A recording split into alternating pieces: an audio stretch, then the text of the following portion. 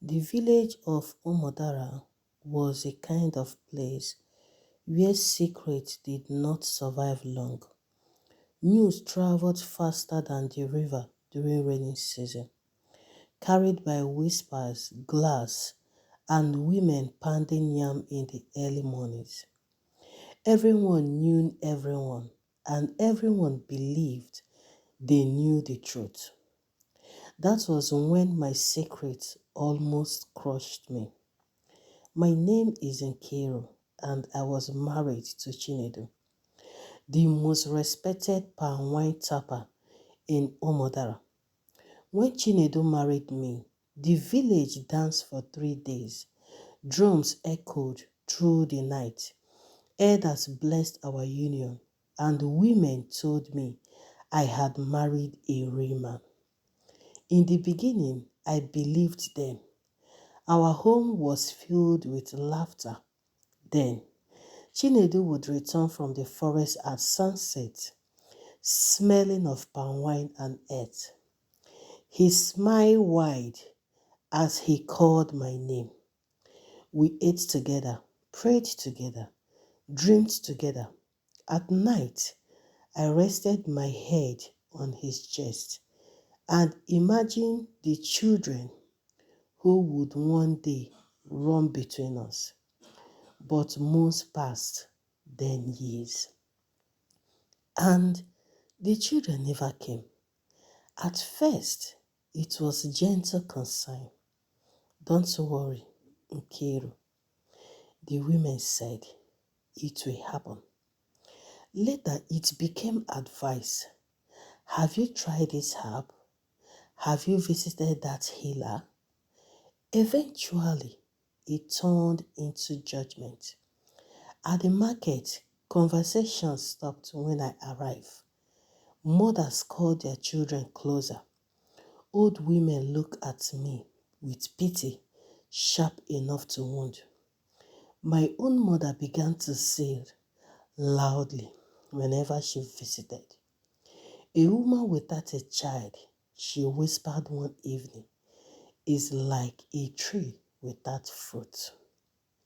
I cried myself to sleep that night. I went to hospitals in the city. I endured painful treatment, endless tests, and silent humiliation. Every result said the same thing. I was fine. But no one cared about that. In Umudara, the blame always rested on the woman. One night, during a heavy rainstorm, I found Chinedu sitting alone in the dark. He did not light the lamp. He did not look at me. His shoulders shook like a child's. That was the night the truth came out. It is me, he said at last. The doctor told me years ago. I hid it. I was afraid. His voice broke. If the elders find out, I will be nothing. A man who cannot plant his seed is not a man here. I heard him as he cried. In that moment, my anger disappeared. All I saw was the man I loved, terrified of losing his dignity. The pressure from the village soon became unbearable. Elders began to suggest a second wife. My mother openly supported it. Women whispered that Chinedu deserved a complete home. And then, quietly, painfully, I made a decision. I found her myself. Her name was Amara, a young woman from a distant village where hunger was louder than hope. Her eyes carried fear, but also kindness. When I told her the truth, that I was the one choosing her, not my husband, she stared at me in disbelief. You will hate me, she said. I already hate this pain, I replied. I don't want to hate you too. We agreed on silence. Then Chinedu married Amara. The village celebrated again. Men praised his strength. Women mocked my barrenness with hidden smiles. They did not know I was the one who paid her bride price. They did not know I stood outside the room on her wedding night, biting my lips until they bled. When Amara became pregnant, Umudara erupted in joy. My husband's name was restored. My mother danced in the courtyard. Neighbors brought gifts. People finally spoke to me with respect again because I was now useful. But every celebration felt like a funeral inside my chest. Amara gave birth to a boy. I was the first to hold him. As I cradled him, tears fell onto his tiny face.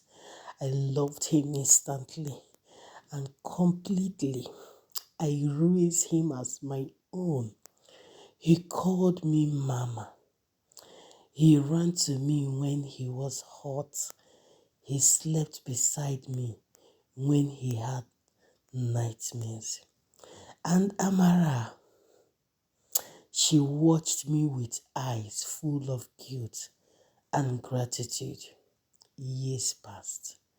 One evening, Chinedu held my hand and said, "You are the strongest woman I know." I smiled as I always did. But strength is not the absence of pain. It is living with pain that no one ever thanks you for.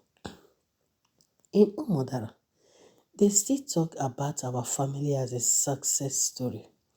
They say Chinedu is blessed. They say I am lucky. They do not know the truth.